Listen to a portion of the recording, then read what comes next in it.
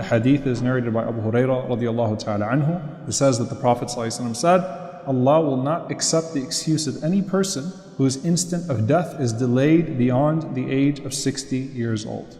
At this point in life, you've hit 60, you've faced multiple a'rad, you've had multiple hindrances hit you, right? You've seen your friends die, likely at this point. You've seen your health and your time go. And this is really powerful because وَجَاءَكُمُ النَّذِيرُ, the warner came to you. What is a nadhir? So the first nadhir is the Prophet ﷺ, right? There's a secondary nadhir here that it's referring to.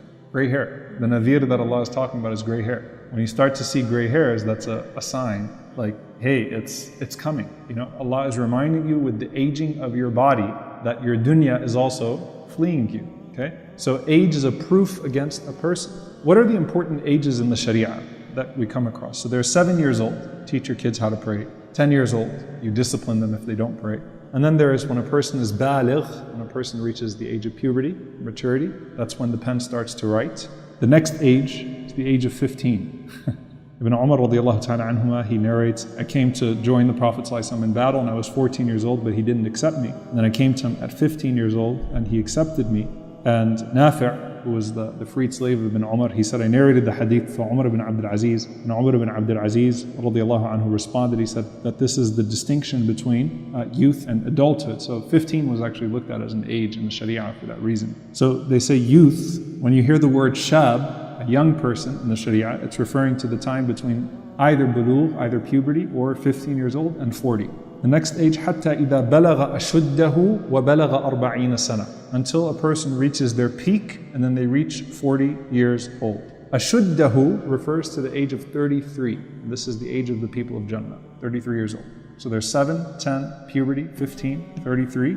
حتى إذا بلغ أشده وبلغ 40 سنة, and then Allah mentions 40 years old. And this is what some of the scholars actually mention. أَوَلَمْ نُعَمِّرْكُمْ, did we not give you enough life to where you've figured things out now? You're at that point in life now where you have a good view of what's to come and a good view of what's past. When you're around that age of 40, midlife, right? You can kind of see both sides of the mountain at that point.